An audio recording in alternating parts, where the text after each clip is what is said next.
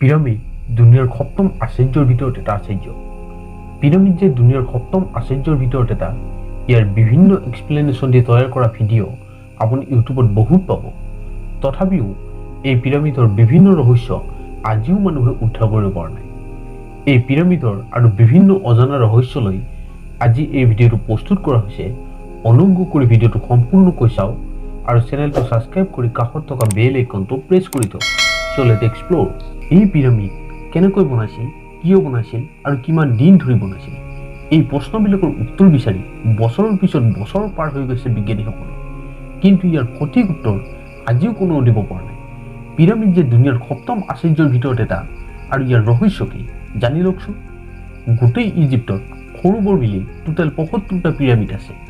ইয়াৰে মাত্ৰ এটা পিৰামিডতে ২৩ লাখ লাইমষ্টন ব্যৱহাৰ কৰিছে। ইয়াৰে এটা ব্লকছৰ ওজন ৯০ টন, অৰ্থাৎ ৮১ পৰা ৮২,০০০ কেজিৰ ভিতৰত।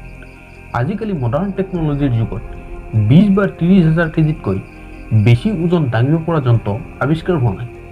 আজিৰ পৰা ৫,০০০ বছৰ আগত এই ব্লকছবিলাক কেনেকৈ দাঙিছিল, সঁচাই ভাবিবলগীয়া বিষয় নহয়নে? সকলোতকৈ ওখ পিৰামিডটোৰ উচ্চতা হ'ল ৪৮১ ফুট। অনুমান কৰক ইমান ওখলৈ ৮২,০০০ কেজিৰ ব্লকবিলাক কেনেকৈ দাঙিছিল। পিৰামিডৰ সকলোতকৈ ডাঙৰ ৰহস্য এই যে বাহিৰৰ টেম্পাৰেচাৰ যিমান গৰম হ'লেও পিৰামিডৰ ভিতৰৰ টেম্পাৰেচাৰ ২০ ডিগ্ৰী থাকে প্ৰতিটো সময়ত। প্ৰাচীন মিছৰীয় সভ্যতাৰ বিভিন্ন তথ্য এই পিৰামিডৰ গাত লিখিত আছে। সেই সময়ত তেওঁলোকৰ জীৱন যাত্ৰা, সংস্কৃতি সকলোখিনি গিজাৰ পিৰামিডত হাইৰগ্লিফিক ৰূপত লিখা আছে। বিভিন্ন তথ্যৰ পৰা জনা যায় মিছৰৰ এই পিৰামিডৰ প্ৰথম ডিজাইন কৰিছিল ইমুটপ নামৰ এজন ব্যক্তিয়ে। এই ইমুটপ প্ৰচুৰ প্ৰতিভাসম্পন্ন ব্যক্তি আছিল। তেওঁ একেদৰে স্থাপত্য ডিজাইনাৰ, গণিতবিদ আৰু সেই সময়ৰ মিছৰৰ চেঞ্চেলৰ আছিল বুলিও জনা যায়। এতিয়া পিৰামিড সম্পৰ্কে আপোনালোকৰ আগত এনেকুৱা কেইটামান তথ্য দাঙি ধৰা হৈছে যাক আপুনি সহজে বিশ্বাস কৰিবলৈ টান পাব।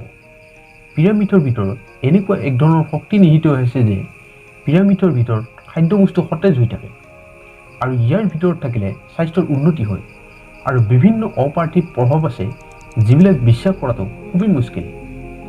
জনা যায় যে পিৰামিডৰ গঠনৰ মাজতে ইয়াৰ ৰহস্য লুকাই আছে, কাৰণ পিৰামিডৰ চাৰিওদিশত এটা নিৰ্দিষ্ট কোণ আছে যাৰ মান ৫১ ডিগ্ৰী। সকলোতকৈ আশ্চৰ্যজনক কথা এই যে পিৰামিডে কজমিক এনাৰ্জি অৰ্থাৎ মহাজাগতিক ৰশ্মি শোষণ কৰিব পাৰে। পিৰামিডৰ ভিতৰত ৰখা খাদ্য বাহিৰৰ পৰিৱেশৰ তুলনাত দুগুণ বেছি সতেজ হৈ থাকে, আৰু খাদ্যৰ সোৱাদ আৰু গুণ দুগুণ বৃদ্ধি পায়। স্পেক্ট্ৰোগ্ৰাফ ফিটিঙৰ মাধ্যমত দেখা পোৱা গৈছে যে পিৰামিডৰ ভিতৰত ৰখা খাদ্যদ্ৰব্যৰ আণৱিক গঠনৰ কোনো পৰিৱৰ্তন নহয়। বিল ক্ৰেল নামৰ এজন গৱেষকে পিৰামিডৰ ওপৰত ১৭ বছৰ ধৰি বিভিন্ন পৰীক্ষা নিৰীক্ষা কৰিছে। তেওঁ এবাৰ সাগৰীয় মিছামাছ এটা এই পিৰামিডৰ ভিতৰত ৰাখিছিল। সাধাৰণতে এই সাগৰীয় মিছামাছবিলাকৰ গড় আয়ু ৬ পৰা ৭ সপ্তাহ, কিন্তু পিৰামিডৰ ভিতৰত এই মিছামাছটো ১ বছৰলৈ বাচি আছিল। তেওঁ আৰু লক্ষ্য কৰিছিল যে মিছামাছটোৰ আকাৰো বৃদ্ধি হৈছিল। ইয়াৰ পিছত তেওঁ মানুহৰ ওপৰতো বিভিন্ন পৰীক্ষা নিৰীক্ষা কৰিছিল। তেওঁ আৰু তেওঁৰ এজন সহযোগীৰ সৈতে এই পৰীক্ষা কৰিছিল। ইয়াৰ পিছত তেওঁ আৱিষ্কাৰ কৰিছিল যে উচ্চ ৰক্তচাপজনিত ৰোগী অৰ্থাৎ হাই ব্লাড প্ৰেছাৰ থকা ৰোগী পিৰামিডৰ ভিতৰত কিছুদিন থকাৰ পিছতে ৰোগীজন স্বাভাৱিক অৱস্থালৈ ঘূৰি আহিছে। এবাৰ কানাডিয়ান ৰোগী কেইজনমানক গৱেষণাৰ কাৰণে খুব কম দিনৰ বাবে এই পিৰামিডৰ ভিতৰত ৰাখিছিল। গৱেষকসকলে লক্ষ্য কৰিছিল যে ৰোগীসকলৰ দ্ৰুত স্বাস্থ্যৰ উন্নতি ঘটিছে। নেগেটিভ আয়নে আমাৰ শৰীৰত কোষৰ উৎপাদন আৰু মেৰামতি কৰে। ই বায়ুৰ মাধ্যমত আমাৰ শৰীৰত প্ৰৱেশ কৰে আৰু তেজৰ মাধ্যমত গোটেই শৰীৰত বিয়পি পৰি শৰীৰৰ বিভিন্ন উপকাৰ সাধন কৰে। বিভিন্ন গৱেষণাৰ ৰিপৰ্টছৰ পৰা জনা যায় পিৰামিডৰ ভিতৰত এই নেগেটিভ আয়নৰ সৃষ্টি হয়।